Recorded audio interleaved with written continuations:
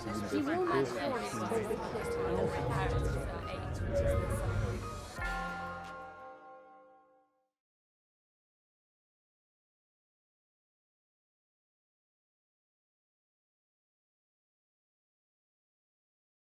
All right, good afternoon, everybody. Thank you for coming back, those of you who have. We're going to move on in a way from yesterday, whenever it was, that other session that we did, to look a bit more specifically at the subject of rhetoric. I know certainly at Stratford sometimes we introduce this subject and you can see the actors' faces falling a bit as if rhetoric is far too kind of academic a subject to really engage an actor's emotional sensibilities. But really, very essentially, rhetoric is just the art of persuading people through language. And Shakespeare knew a lot about it. So we're going to do a little exercise to explore rhetoric, but also try and find out how Shakespeare puts clues about character into the text. And we're going to see if we can pull those ideas out a bit in order to identify that. So I have my lovely assistants here at front row, and we're going to look at a piece. So before we do that, I'd like to introduce a gentleman here. This is Sam Leith, and Sam is here because he's written the book that I've been looking for a long time, and here it is. Sam Leith, you talking to me? Which I guess is how you say it. And it's rhetoric from Aristotle to Obama, and he puts it in a really very vivid, very colourful, and very, very funny way. And it's really all the things we'll be talking about today. He distills in this book. So if you want to know more at the end of the session, then go order your copy. There you are. I get my cut. Thank you. Yeah. So what we're going to do is look at the beginning of a particular Shakespeare play, a very early Shakespeare play, and it's the opening of Titus Andronicus. Now, don't tell me you know Titus Andronicus really well, because I'll be really disappointed. Who knows Titus Andronicus? Who's ever seen Titus Andronicus on stage? Okay, very good. Right. Pretend you never saw it. No, don't have any clue about what it's about. Can we hand out those pieces of paper? Hand them out to the actors first, if you would, and then to anybody else who wants them. Again, like the opening of Romeo and Juliet, you know nothing about these characters before this point. This is the very opening of the play, so you know nothing about either character. These are the first two speeches of the play, just as the prologue is the first speech of Romeo and Juliet. So we're going to explore the text, what it means, and then how the two speeches are written and what that might tell us about those two characters. So if we can start off, can everybody, all the actors, come out here?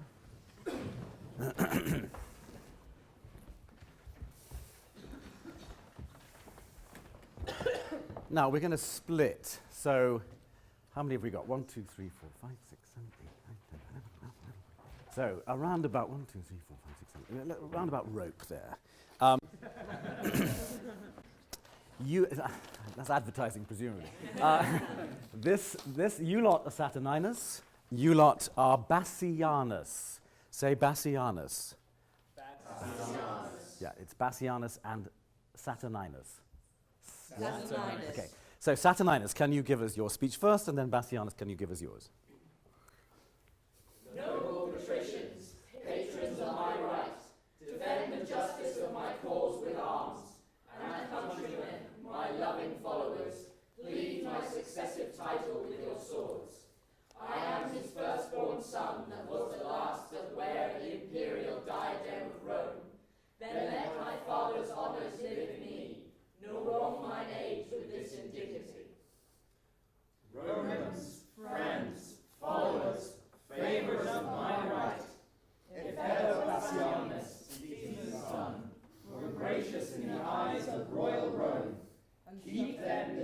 passage to the capital, and suffer not dishonour to approach the imperial seat, to virtue consecrate, to justice, continence, and humility. But let desert in your election shine, and Romans, fight for freedom in your choice. Very good. The word is obviously desert rather than desert, but then you are at Oxford University. All right, delivered like that, a bit bland, a bit boring, no doubt, but that's inevitable when we're speaking in unison. But any sense of what the two speeches are about? Any sense of you've delivered it, and we've heard it for the first time. The audience in the theatre gets as that much to understand what the two characters are. But give me a sense of what's happening. What's happening? Yeah. Saturninus appealing to be made emperor. Saturninus, indeed, is appealing to be made emperor. Okay. Anybody else? What else is happening? They're trying to get the people on their side, or respectively. They're both trying to get the people on their side. Yes. So what is it, in other words? It's a yes. It's a political party. It's like a political party. It's like an election, isn't it? In essence, what do we pick up anything about Saturninus as opposed to Bassianus? Are they both sons? Both sons, indeed. Okay. Let's now just unpick it. So let's take Saturninus first of all. Say the first line, put it into your own words, and carry on. So say the line as it is in the Shakespeare, and then put it into your own words. Noble patricians, patrons of my right. Meaning. I don't know what patrician means. Okay, patricians. Anybody patricians? Yeah. Basically aristocrats, yeah. So they're the posh knobs. Okay, so Noble posh knobs. fellows or like servants of my right and throne. People, yes, patrons of my right. People who, support my right to be emperor. Yeah, good. Defend the justice of my cause with arms. Meaning? So support me with weapons because I'm right. Support me with weapons because I'm right. Yeah, okay, next line. And countrymen, my loving followers, in the same country as me, who loyally follow me. Yes, that's pretty clear, isn't it? Plead my successive title with your swords, so defend my right to the title with weapons. Okay, so what's the difference between your two lines and your two lines? In this one he's saying it's just simply right that I am the emperor. It's my right. He's saying I've got a successive Isn't he addressing two different sets of people? He's addressing two different sets of people. He's saying posh knobs and the rest of you. Maybe because he's thought posh knobs are up for me, but I better appeal to the rest of you as well. We'll see. Next line. I am his firstborn son that was the last. And just give us the next line too. Wear the imperial diadem of Rome. Meaning what? I'm the first son of the last person to rule. Therefore, presumably, Yeah. I have the right to. Yeah, so if we're in a system of primogeniture where eldest son automatically gets the crown, then it's my right to have it. Next line. Then let my father's honours live in me. Meaning? For the sake of a unified city, let everything carry on. Let my father's honours live on in me. Yes. Of which I've implied that will back up as swords. We won't have to if you let my father's honours live on in me. Okay, great. And last line. Nor wrong mine age with this indignity. Not exactly sure Okay. what age means in this context. Help out your partner there. Rope. It could be, I suppose it could be an age as in like an age of time and era, Yeah. or it could be his personal, like, because he's already said, okay, so I've asked you to take on board my father's honours, but also bear in mind my own honour, my own status, do this for him and do it for me. Yeah, I guess it could be either, I'm not sure which of those two. If he said he's... We endure the indignity of not winning this election, Yes, so what is the indignity?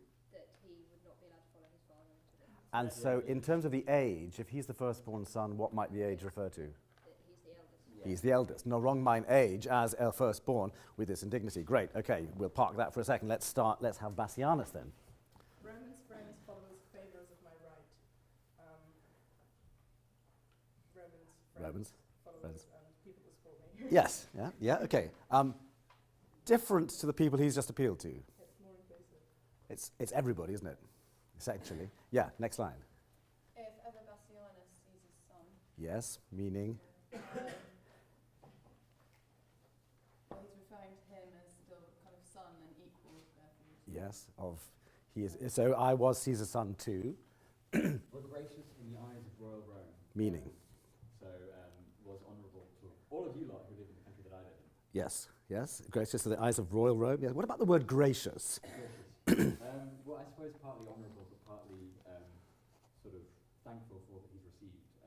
And there's a sort of very personal connection with the people there. As opposed to just, I am superior. Yeah. And you shall make me emperor. Yeah.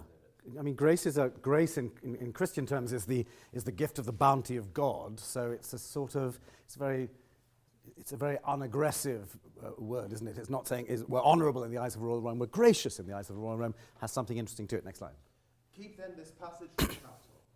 Meaning. So it's like defend, like as he was able to defend my right. Like it's saying defend my right to power. And what's the capital? Just so we got that clear. It's like, is it the Senate or the It's the seat of power, isn't it? Yeah. It's and indeed, when America took on the imperial, the Roman form of governance in a way, as opposed to British monarchical systems, they had a capital and a senate and all the rest of it. So the capital is the seat of power. So keep this passage to the capital, keep this way to the capital clear.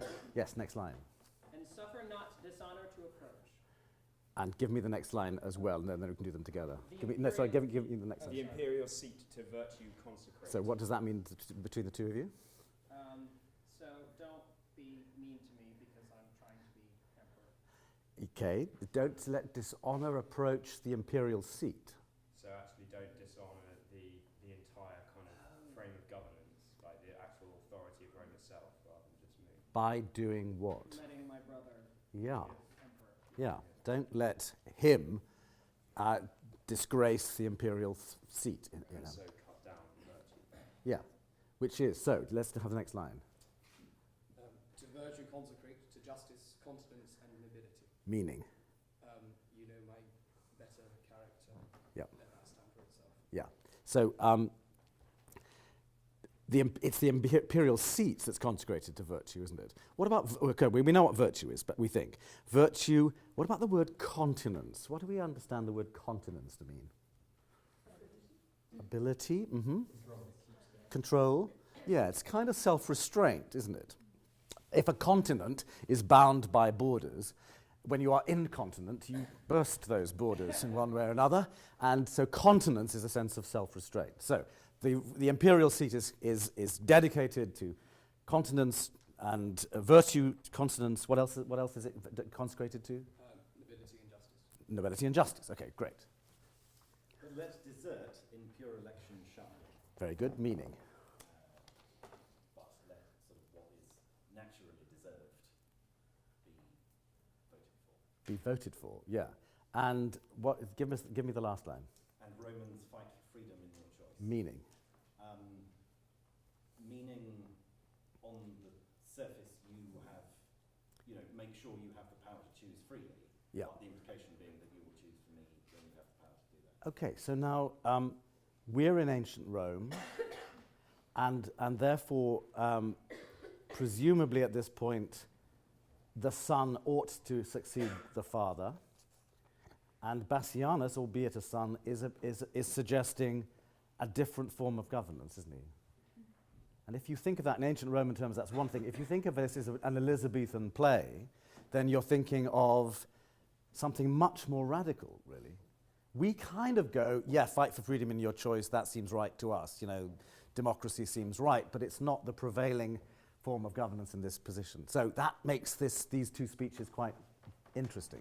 What we're going to look at is how, who's most effective. At a first go, if you now had to, this was an election and you had to choose one of them, who are you going to choose? Bassianus. You're all going to choose Bassianus? Yeah. Let's ask the audience. You're not going to choose Bassianus? I was just going to say, if I was a nobleman, I'd probably use... Let's ask the audience. Who is going to vote on the strength of that one reading for Saturninus? Very good. Two people, very good. So we have 2 Saturninans, and are the rest of us Bassianians, or are we abstaining? Put your hand up for Bassianus. Okay, let's see if we can change it. I want 1 Saturninus, and I want 1 Bassianus. You guys are the supporters of Saturninus, if you're not Saturninus himself. You guys are the supporters of Bassianus, and therefore will support Bassianus and heckle Saturninus. Let's have, can you grab that chair and put it over there? And we'll have this one on this side here. Right. Somebody be Saturninus, somebody be Bassianus on there, and somebody be Saturninus on there. Very good. Okay, yes. Very good. Yes. Right. I know you're standing on the chest. Apologies to Merkin College. Are you Saturninus? I'm Bassianus. You're Saturninus and you're Bassianus. And the rest of you can gather around them, and they're on the stump. And this is an election. You don't have to get around the person you're supporting. You can get around and heckle the other person. Either heckle or you will cheer on your supporter, and let's see how both speeches fare. Right, off you go. Noble patricians! Defend the justice and countrymen, my successive title with your swords. I am his firstborn son. Crown of Rome. Let my father's honors live in me. With this indignity. Romans!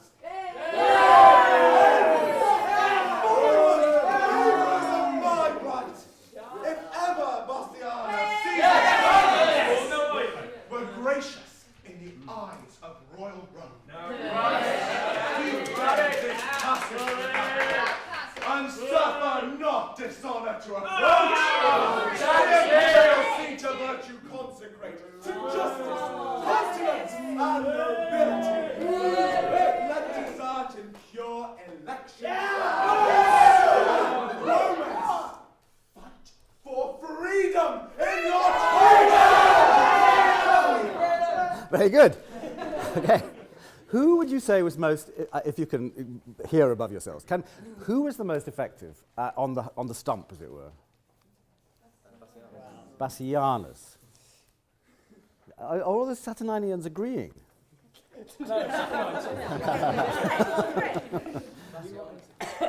Bassianus, why? Because there were more lulls during ours. During his? A constant fraud going either way. There were actual moments of sort of... Where you could hear stuff. It seemed as though like Bastianus was using more like lists of 3s to get like a climactic kind of like rallying. He's also incredibly impersonal compared with Saturninus being fight for me and I want to be ruler and he's saying make the rightful person. Good, okay. All right, we're going to try another exercise. 2 different candidates. So I need a Saturninus and a Bassianus. We're starting with Bassianus. Oops, no, sorry, over there. You can sit in front here, guys. Just sit on the floor or sit on the chairs. This is the party political broadcast on behalf of the Saturninian party. You have to give it to camera. There is the camera. Saturninus. Let's see how you fare in front of a camera. Ready, and 5, 4, 3... Noble patricians, patrons of my right, defend the justice of my cause with arms. And countrymen, my loving followers, plead my successive title with your swords. I am his firstborn son that was the last to wear the imperial diadem of Rome. Then let my father's honours live in me, nor wrong mine age with this indignity. Okay, persuasive. Let's have a Bassianus. Here we go. A party political broadcast on behalf of the Bassianus party.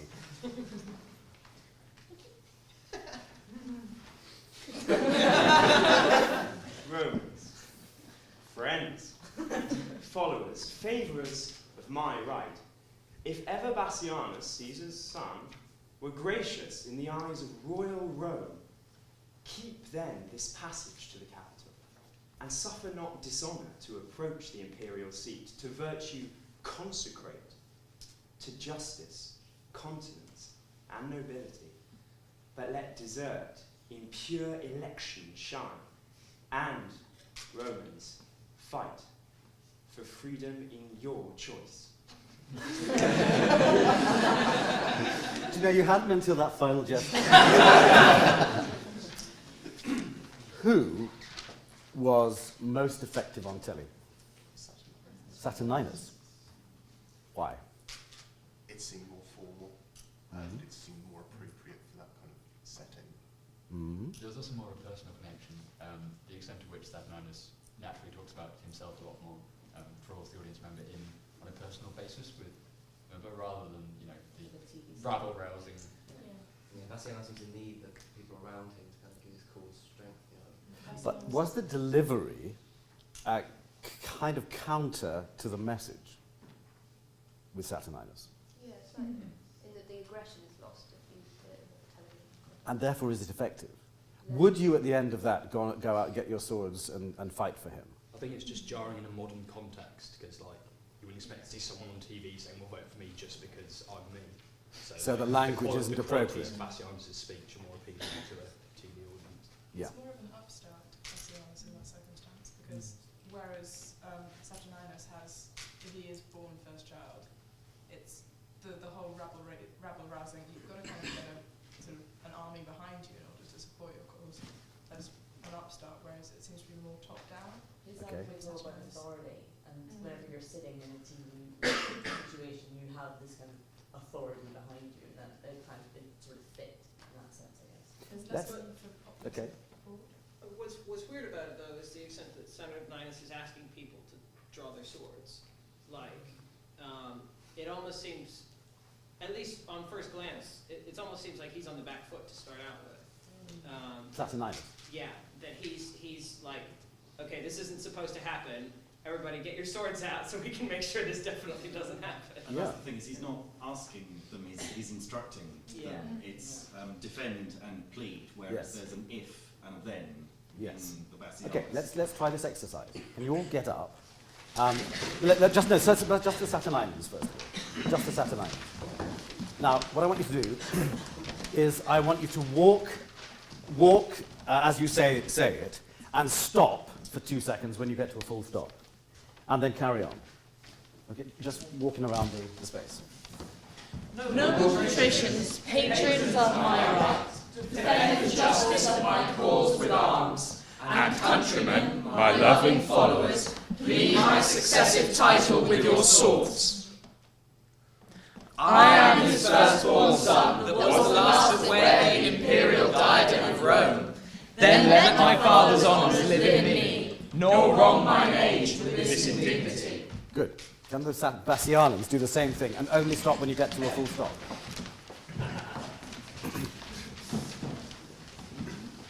Don't look for the full stop, just do it. Romans, friends, followers, favourers of my right, if ever Bassianus, Caesar's son, were gracious in the eyes of royal Rome, keep then his passage to the capital, and suffer not dishonour to approach the imperial seat, to virtue consecrate, to justice, continence, and nobility, but let desert in pure election shine, and Romans, fight for freedom in your choice. What did you notice? It's one sentence. First one is broken up into several sections, and therefore several cue points for heckling.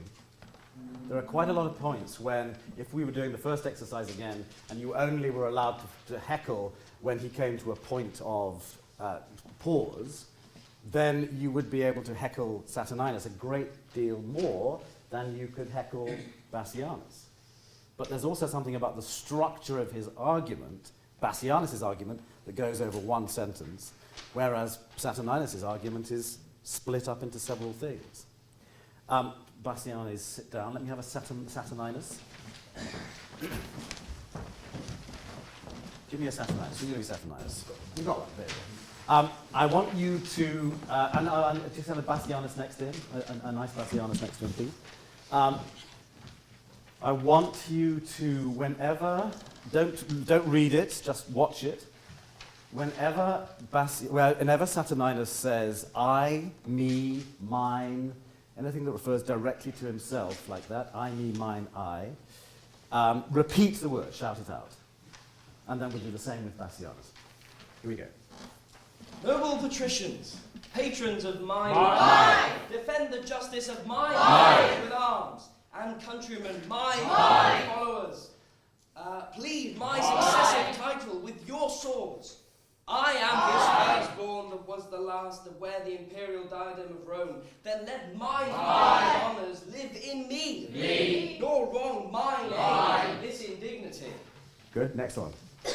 Romans, friends, followers, favours of my right, if ever Bassianus, Caesar's son, were gracious in the eyes of royal Rome, keep then this passage to the capital, and suffer not dishonour to approach the imperial seat, to virtue consecrate, to justice, continence, and nobility, but let desert in pure election shine, and Romans fight for freedom in your choice. What do we derive from that little exercise? He deliberately refers to himself in the third person as well. And he goes me. I mean, he never stopped saying me. And that's an interesting element. And Sam, I guess, referring to you at this point, that comes to one of our, what you delightfully in the book call the three musketeers of rhetoric. Ah, yes, my musketeers. Leaps onto stage. When you're talking about rhetoric, and this is kind of really the core of, I suppose, what I'm here to say, is that rhetoric, as Greg rightly said, rhetoric is persuasive speech. But ever since Aristotle, there's been this body of knowledge that says persuasive speech isn't accidental, that what makes it persuasive. Aristotle said that rhetoric is a techne, which is at the root of the words technical and technique, which means it's nature improved by art. You can learn it, you can practice it, you can figure out how it actually works and break it down and kind of, as it were, look under the bonnet.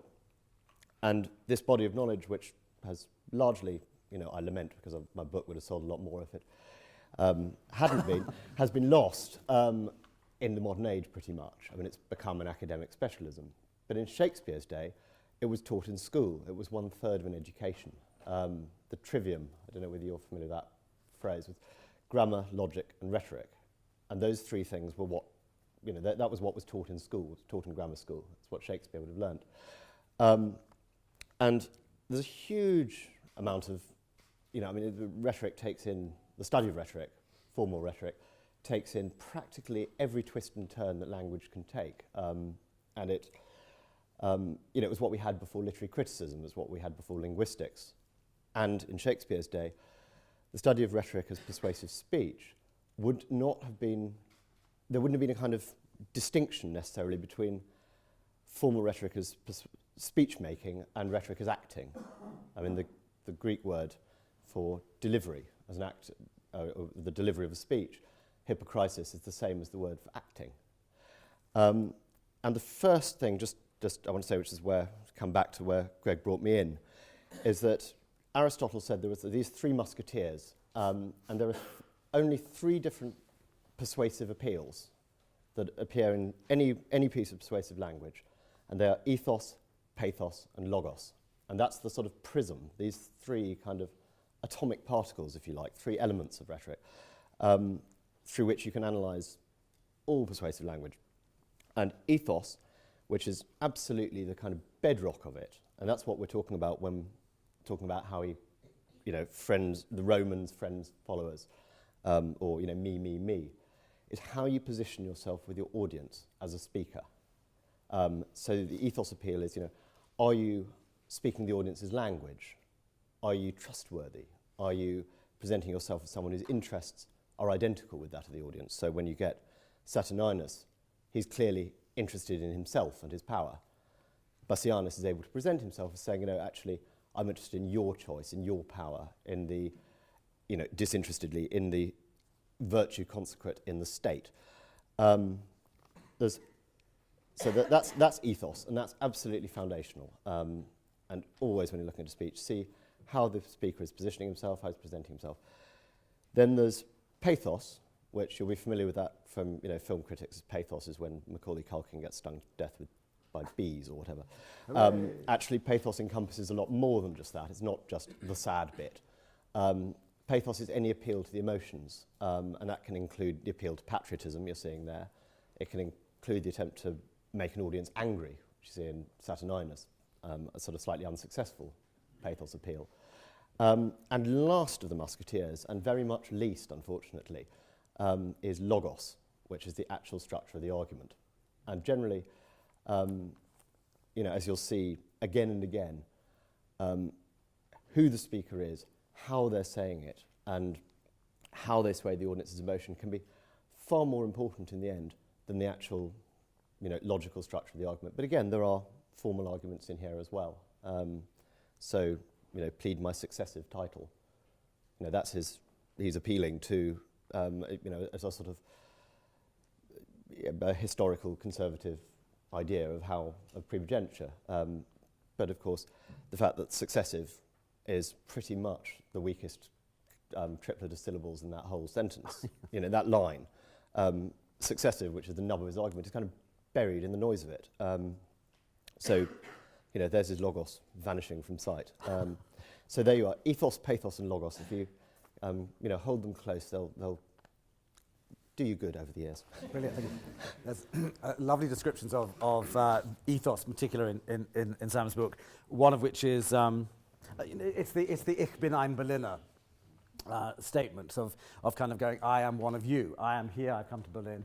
I am one of you. Or when it fails, when the story that was put about, though, is probably not true, of Peter Mandelson in his constituency up. Was it? It's not Sunderland, is it? Where is it? Hartlepool. Hartlepool. Are you from Hartlepool? No. Going to a chip shop to show just what a man of the people in the northeast he was, pointing to the mushy peas and says, I'll have some of the guacamole. And bang goes his appeal to ethos. I think that's really interesting in terms of this speech. So let's just examine Saturninus and Bassianus on those, just from your points of view. So in terms of where Saturninus puts himself, how successful is he in persuading you of the audience he's talking to and positioning himself in a position that you would vote for him, as it were? Any thoughts? In terms of ethos, then he's very divisive. He's setting himself as an authority figure. Yeah. Doing so in a way that suggests that's why you should vote for him. He's portraying that as a positive quality that he is above his audience. Yeah, that's true. Just notice one very interesting thing. Yesterday we were doing the thing of beating out the iambic. So the iambic pentameter is basically D-dum, D-dum, D-dum, D-dum, D-dum. And where that collides, as it were, with the sense of the line, it can be entirely irregular or it can be irregular, and the irregularities point out the interest. So yesterday we were noticing that the second line of the chorus from Romeo and Juliet, in fair Verona where we lay our scene, is a regular line. The verse stress coincides with the sense stress, if you like. So, but the first line, two households, both alike in dignity, grabs you with the first word, and it suggests the word that's most important to the whole play. Let's beat out the first line of each of these speeches. So say dee-dum, dee-dum, dee-dum, dee-dum 5 times, and then say the line in that dee-dum rhythm, okay? Everybody follow what I'm saying. Here we go. Dee-dum, dee-dum, dee-dum, dee-dum, dee-dum. No patricians, patrons of my right. There you go. No bull. Nobody's going to say no bull positions, patrons. So no bull, okay? So the word that Shakespeare is pointing you to stress in that line is what? No. And that gets you very clearly right at the top, Saturninus's where his audience is. Do the same exercise with Bassianus. First line. Here we go. Dee-dum. Dee-dum, dee-dum, dee-dum, dee-dum, dee-dum. Romans, friends, followers, favourites of my right. Yeah, total bollocks up, yeah. Romans, friends, followers, favour. What do you notice more than anything about that line in terms of a 10-beat line? It's got too many syllables. It's a 12-beat line, depending on how you say those words. Romans, friends, followers, favourers of my right. It could even be longer than that. Therefore, Shakespeare's doing that deliberately. True ease in writing comes from art, not chance, as those move easiest who have learned to dance. Applies to acting too, Alexander Pope's essay on criticism. So it's deliberate. Shakespeare's done that deliberately. What's the impact of those two first lines from a rhythmical point of view? I suppose Bassianus just isn't as well educated in how to get people to do what he wants to do because he's not the firstborn son, he hasn't needed to do this, whereas Saturninus is much more formulaic and kind of well considered. It's just that he hasn't got any idea what the people might want. Interesting. So having so many syllables in the Bassianus first line means that it slows it down and kind of gives him an air of gravitas without kind of trying to grab it from him in the way that Saturninus does. But it is in the fact that he's on one variation, that Saturninus is on one variation, and then you've got another variation which is actually relatively rare, having a hecatopic syllable line. So it's almost a childish, I'm going to one-up my brother, whether that works or not. Gone? Well, he starts with Romans, which is, as someone else said, incredibly important. And then, and again, you've got the stress on the R. But it's almost like all of those words have almost equal stress. They're all so like kind of weighty in the way that they're said. Mm-hmm. And it's Romans are also friends, are also followers, are also favorers. Mm-hmm. And it just has this okay. You were talking about yesterday about the certain words you have to say slowly. Yeah. You have to say these words slowly. So, and it gives the weight the interesting thing here is we have a sort of slight disjunction here, don't we? Is that because he's not as good as rhetoric, or is it that he's better at rhetoric? I think he's better. Romans, after all, is like noble. It's not Romans. It's Romans, which is at least a spondy, which is two heavy stresses, if not just inverting the iambic. Yes, go on. Well, it's kind of breaking the structure that Saturninus is really rigidly into. He's opening it out, saying, actually, this doesn't have to be exclusive to only my noble friends. I'm opening this out as I'm opening out the iambic to all of you. Mm-hmm. And as you're saying, kind of slows it down. It's kind of saying, well, I'm not just noble. And because it's so long, he's kind of added in all these other people. It really emphasises that he's breaking the norms. Okay, good. What about this alliteration? What about, like from forth the fatal loins of these two foes yesterday, what's the effect of the F's in that first line of Bassianus? Seems to like bind everything together. Yeah. So like, as you were saying, like that equal stress, like that's kind of how things are equated, how the relationships are equated within that line through alliteration. Yeah. And so like sort of that sort of fricative sound with the F compared to the plosive alliteration in the first line. I agree. Just look at those P's in the first line of Saturninus. Noble patricians, patrons of my right. And look at the F's in Bassianus, which are much more, I would say he's stroking the audience. Yeah. He's going, Romans, friends, followers, favourers of my right. It's very, I mean, it's very unlike the use of the alliteration of F's in from forth fatal loins of these two foes, but take the last line of Bassianus and look what he does with alliteration there. Somebody say it? Romans, fight for freedom in your choice. There you go. Same alliteration, same letter, fight for freedom in your choice, but completely different effects to followers, favourers of my right, which is interesting, isn't it? In some ways, it's as if the opening two lines from Saturninus ask for movement with arms, and obviously Bassianus goes on to ask for movement kind of by vote with election. Yep. And the softness of the F's compared to the slightly harsher P's kind of seem to echo that difference of approach. Yep. One is asking for a kind of softer approach to governance, and the other a much harsher one. Yep. So I think he's kind of bringing out through sound his argument. Yeah, I think if you're listening to the sound of the two speeches, the first is much more aggressive than the second. Would you agree?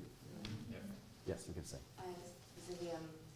The friends, followers, favours, all this kind of rule of three going on. There's something kind of building on it as it becomes friends who are followers, who are favourites, as Griff was saying. But the fact that it's kind of breaking the iambic structure, it's like he's almost pretending to be bad at rhetoric, while actually also being really, really, really good at it. Well, that's the point, isn't it? It's a bit like, it's kind of disarming.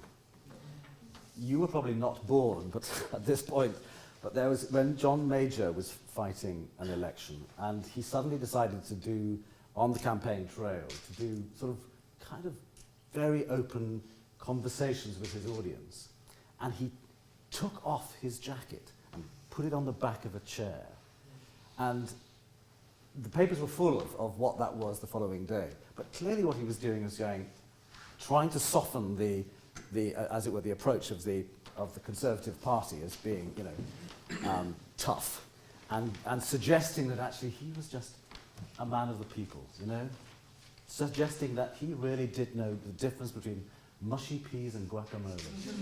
I was going to say, this is a point which I should like to say, never trust people when they're doing this. The anti-rhetoric thing, I mean, there was one, almost as long as the history of rhetoric, in fact, I think possibly even longer, is the history of mistrusting it.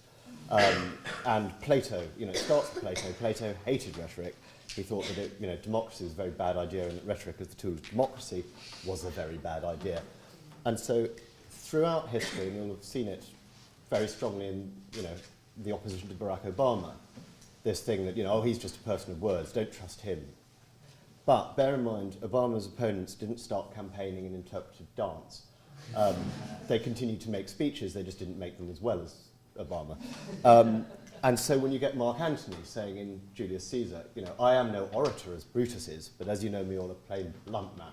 Whenever someone tells you they're not doing rhetoric, they're lying. And that is a rhetorical appeal in itself. Rhetoric is kind of inescapable. So this whole business of, I don't really know how to speak, I'm just kind of, I speak from the heart. That guy, he's doing rhetoric, I speak from the heart. The person who's speaking from the heart, he's the one who'll steal your silver spoons. So, be warned. With that health warning on Bassianus' speech, of course the point is, we refer often to rhetoric as mere rhetoric or empty rhetoric. Because there's a distrust of rhetoric. But if you can get away without them thinking it is rhetoric, genuinely manage to do that, then the effect is better, isn't it? Because we despise art that has a palpable design upon us. If we think we're being manipulated, then we distrust it. I am afraid I'm not a great fan of musicals, because I know that when the chord goes up and the key change happens in Les Miserables, I'm kind of going, yes, I'll march to the barricades. And I know that I resist it, but I know that it's I knew they just did a key change. Why am I starting to cry? And I think rhetoric has the same kind of thing, that there's a built-in crescendo, which there's probably all sorts of very clever words for what that crescendo is. But in terms of the disposition of the argument, in terms of how the argument is put together, Bassianus has clearly got the better use of rhetoric. He also there's a climax is what they call sort of crescendo in rhetorical terms. There's this rhetoric does come with Barnacle with these fantastic kind of inkhorn Latin and Greek terms. Climax is a word we actually know, but it's full of things like antimetabole, which are great. But yeah, it certainly builds, but also it recapitulates. As you pointed out, there's that Romans, friends, followers, favourites, am I right? The sound pattern of that is exactly mimicked with the Romans fight for freedom in the last one. Yes. And also, within the same sentence, note he said Romans again. So he's re-established, sort of underlined his ethos appeal, because he's interpolated his audience. He said, this is who you are, I'm appealing to you as Romans, as one. And he reminds you within the same sentence that, it's an additional kind of vocative that you don't really need. And Romans, just reminding them who they are. So, that circles, that speech, absolutely ties it up with a bow. And of course, Saturninus doesn't, he sort of blethers off about.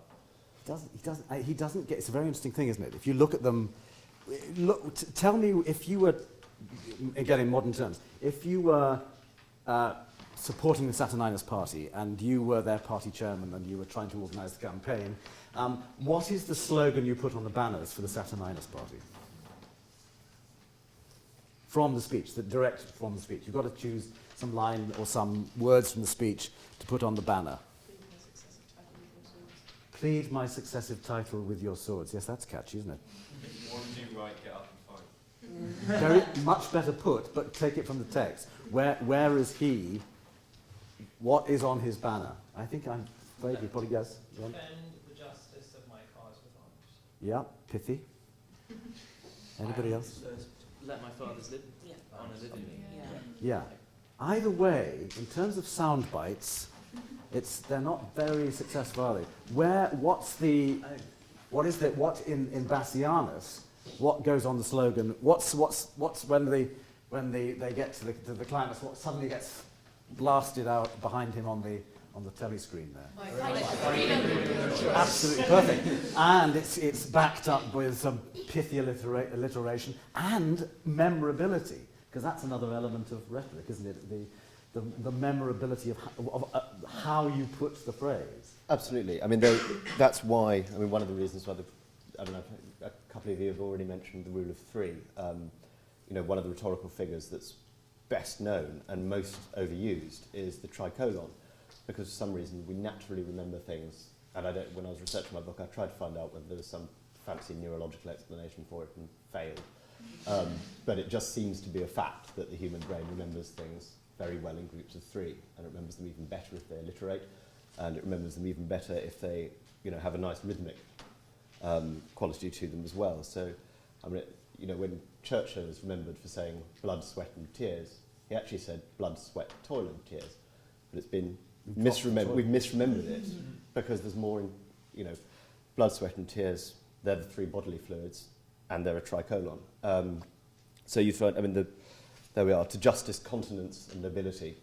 There's a group, So he's actually structured that, because he says to virtue consecrate, to justice, continence, and nobility. Yes, if he said to consecrate to virtue, justice, continence, and nobility, it wouldn't have been so successful, you say? Precisely. I think that's, he sort of tacks on the tricolon after that. But, a lot of, the things, if you look at a kind of memorable soundbite, you'll often find there's a piece of either alliteration or repetition or some form of sort of wordplay in them. I mean, I mentioned antimetabolia earlier, which is, or chiasmus it's also called, which is that what American speechwriters call the reversible raincoat, which is when it's asked not what your country can do for you, but what you can do for your country.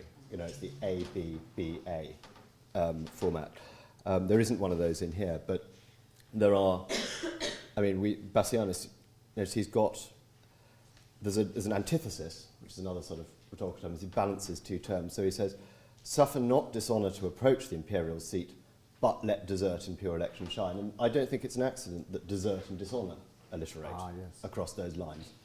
Saturninus, much less neatly, has these clumsy. He has a sort of parallelism instead. I mean, his master figure there is, noble patricians defend the cause of justice, countrymen plead my successive title with your swords. And I think that sort of repetition can be powerful if it works at a granular linguistic level, but actually it's weakened there because there's nothing musically, there's nothing in the sound of it that puts those parallels together, those two phrases together. Rather, arms and swords, you end up with a sort of mush of two terms that are paralleling each other, but not, they don't add, they don't reinforce each other. They seem to kind of fall apart. So that's exactly where memorability is really important. If it's not patterned properly at a linguistic level or even at a sonic level, it will, slide off the brain. Yeah. What do we think of Saturninus' climax? We talked about Bassianus' climax, but what about Saturninus? Well, that line would never go on the poster. No. That's dead, maybe for the people, not that one. Yeah, and actually it's not the manifesto at the end, it's the gripe, isn't it? It's very negative. It's negative. And indignity. And what a pathetic rhyming couplet that is. Let my father's honours live in me, nor wrong mine age with this indignity. Well, he is trying, isn't he? But he's not succeeding, I guess. Very good. Anything else that anybody's spotted about the two things? I think someone kind of mentioned it before, but it's just more than we can talk about, is the parallel construction of the first two lines. They both end of my right, and they both begin with that first, the spondee Bassianus is redefining who the audience is. Yeah. And what Saturninus spends 4 lines trying to explain, Bassianus very neatly packages into one, Yeah. which kind of outdoes his brother immediately, and then gets on who made the speech. Yeah. And so at that parallel construct, and again, they've got the alliteration in the middle, but his alliteration is better. Yeah. Where is Saturninus' alliteration? So patricians, patrons of my right. Yeah. It's not pretty close. Yeah. But yeah, it's like, well, you could do better than that. And, Yeah. and in the extent to which he's responded to his brother, Yeah. he can say, of my right, you know, and you can Yeah. see that he's directly responded to that. Yeah, that's true. Yes, what you can say. Same thing, right.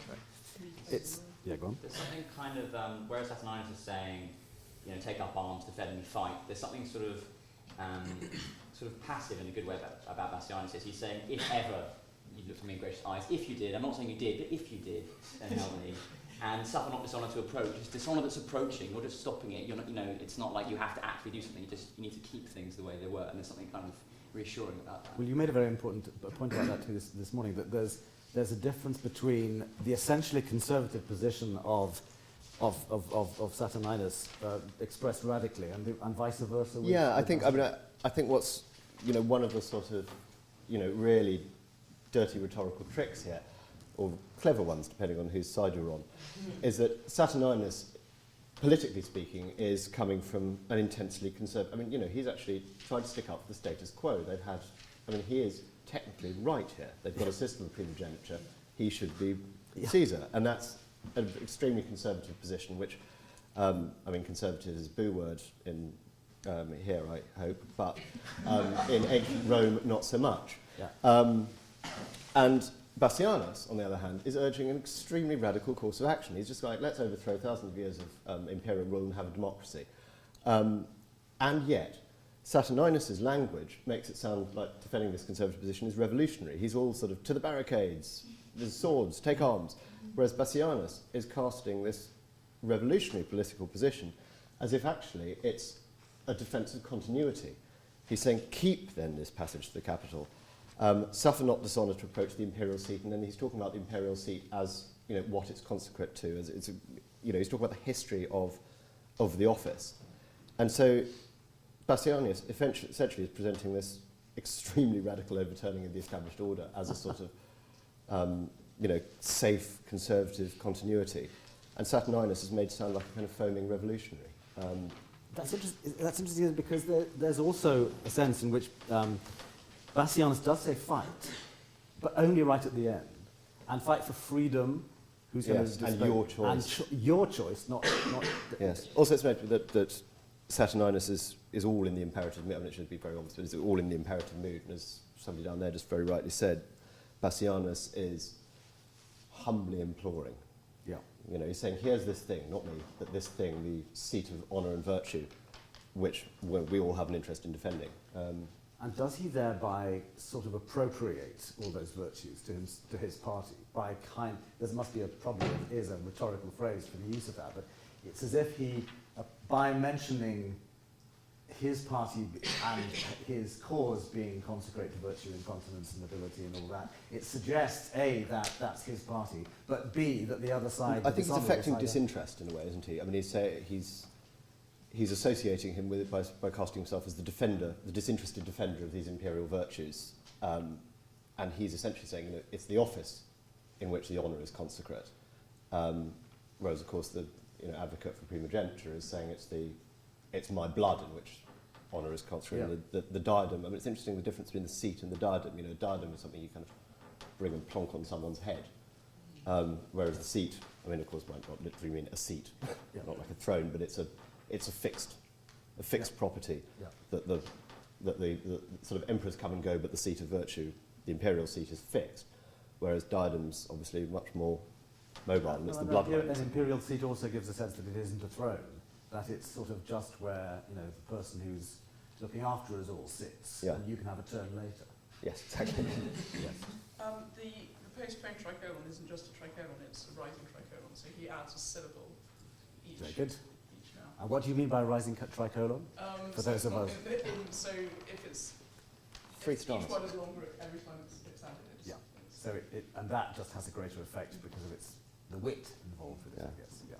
I think it's really interesting the extent to which you were suggesting that he was taking a very disinterested position, because it appears to me like Sternness is sort of automatically dividing up his audience from the very start, not purely in terms of patricians and then people, but his appeal to the patricians is very much intellectual one, patrons of right and justice, whereas to countrymen it's my loving followers, it's a purely emotive appeal. I think Sternness loses out in the sense that he's trying to make two sort of simultaneous and distinct appeals, whereas Bassianus is bringing them all together. It also feels to me as though Saturninus has forgot half the crowd until he actually says the second 2 lines. Yes, go on. I was just thinking of what you're saying about like the words Bassianus uses, like keep, and there's this kind of continuity. Maybe one of the reasons it's so persuasive is because Bassianus requires you to do so little as a person in the appeal. So it's keep the appeal and suffer not, but let is the kind of thing that. And even in fight, it's fight for freedom in your choice. All you have to do is make a choice.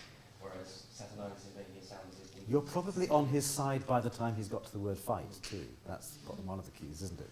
Just kind of as a linguistic point, I think where that kind of like humbleness comes from, like if ever Bassanio sees his son were gracious in the eyes of Rotherham, that's a subjunctive, so it's delivered like it fits into that notion of volition, like within the crowd that he eventually wins you over. Yes, that he doesn't. He's not. He's absolutely, as Sam was saying, antithetical to the approach of Saturninus saying in the imperative sort of defend, do this, do this, do this, and Bassianus taking the opposite approach. Good. What we're going to do, that's 8 lines, or something like 8 lines each that we've managed to do this book. Am I right in thinking these are whiteboards here? Can we that's all right. Have we got anybody got a pen, a felt pen? Something like that. Good. I want you to just come on either side here, and I want you to write it down. I need 2 people with 2 pieces of paper. So, yeah, and each have a pen.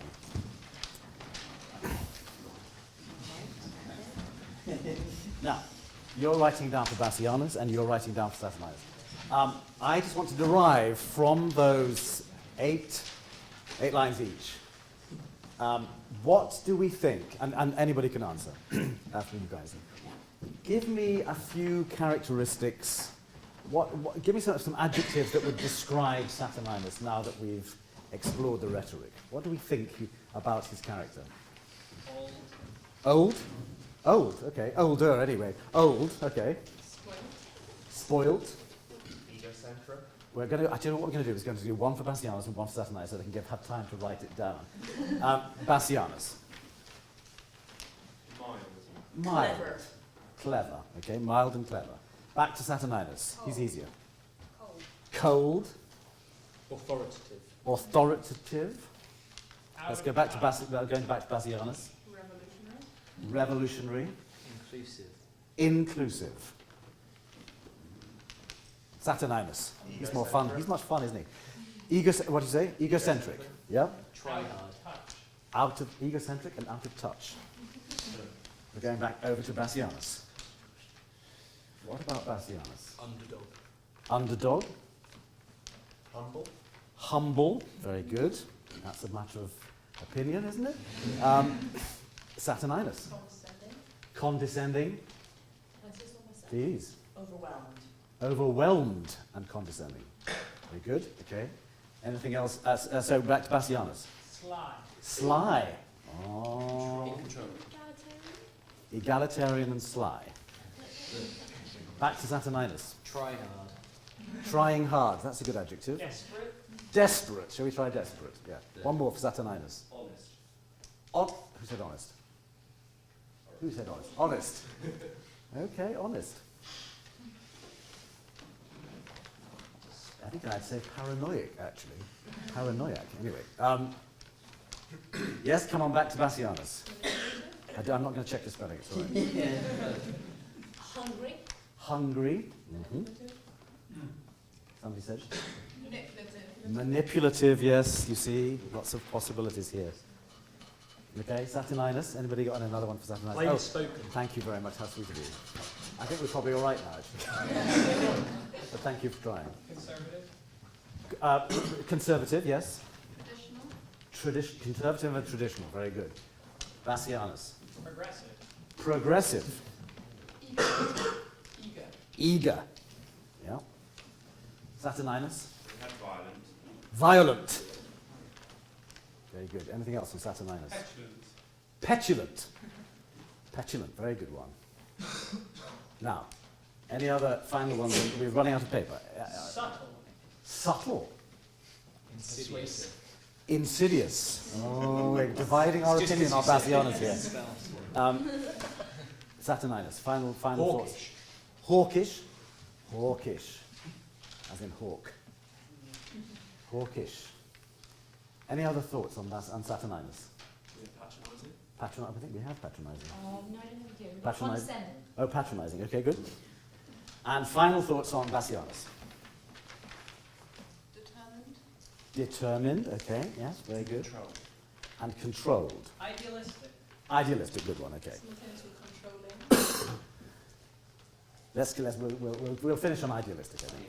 Right. So now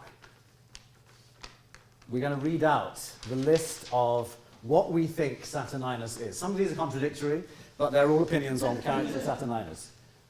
Here you go. Read them out. Honest, desperate, out of touch, paranoid, hawkish, authoritative, violent, condescending, cold, traditional, conservative, egocentric, spoilt, old/older, patronising, petulant, overwhelmed, and I said honest? Honest. And honest. Yes, come on then, and Bassianus. Mild, clever, revolutionary, inclusive, underdog, humble, sly, egalitarian, hungry, manipulative, aggressive, eager, subtle, insidious, determined, and idealistic. I think for 8 lines of a Shakespeare play, you've derived quite a lot of character traits that you might otherwise have applied, you might have found instinctively, but the exercise really is about deriving from the text what your characters might be. Now, some of these are contradictory, some of these are differences of opinion, but let's now do an interesting exercise. Who do you want to play? Do you want to play a hawkish, violent, petulant, traditionalist, conservative, egocentric, spoilt, overwhelmed paranoiac? Or would you like to play a mild, clever, revolutionary, inclusive underdog who is humble, sly, hungry, manipulative, progressive, eager, subtle, and insidious? Now, let's cast. Okay, I now want to find... first of all, before you volunteer, I want you to suggest who in this group... This could get very divisive, but so I go after this. Who would be good casting? Richard for Saturninus. Anybody? We can vote. Anybody else? Alex. Okay, we might get 2 goes. All right, so now who are we casting as Bassianus? Alex. Alex, Richard Oh. for Saturninus, Alex for Bassianus. You're Bassianus, okay. All right, okay. All right then, let's you shift over there as Bassianus. Rope. You come here as... No, actually, you're not going to sit, you're going to stand. No, you're just stand. Yeah. Now, okay, so now you have to take on board, and this is not your own impersonation, this is not your own characterization. This is what we've derived from that. So you have to be all. You don't have to play them all. But you get the idea of you can play if you want to take one of them and really run with it. That's fine too. And you're doing the same thing from that point of view. All right. Okay. Here is the opening of Titus Andronicus. Noble patricians, patrons of my right, defend the justice of my cause with arms. And countrymen, my loving followers, plead my successive title with your swords. I am firstborn son that was the last that wore the imperial diadem of Rome. Then let my father's honours live in me, nor wrong mine age with that indignity. Romans, followers, favourers of my right. If ever Bassianus, Caesar's son, were gracious in the eyes of royal Rome, keep then this passage to the capital, and suffer not dishonour to approach the imperial seat, to virtue consecrate, to justice, continence, and nobility. But let desert, impure election, shine, and, Romans, fight for freedom in your choice. Very good.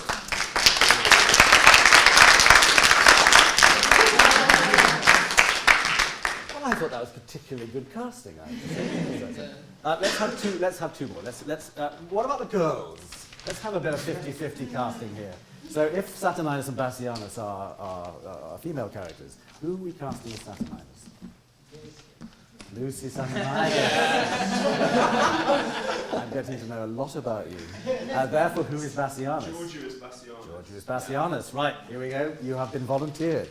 Let's hear your versions. You can play a different characteristic from the list if you choose. Noble patricians, patrons of my right, defend the justice of my cause with arms. And countrymen, my loving followers, plead my successive title with your swords. I am his firstborn son, that was the last that wear the imperial diadem of Rome. Then let my father's honours live in me, nor wrong my age with this indignity.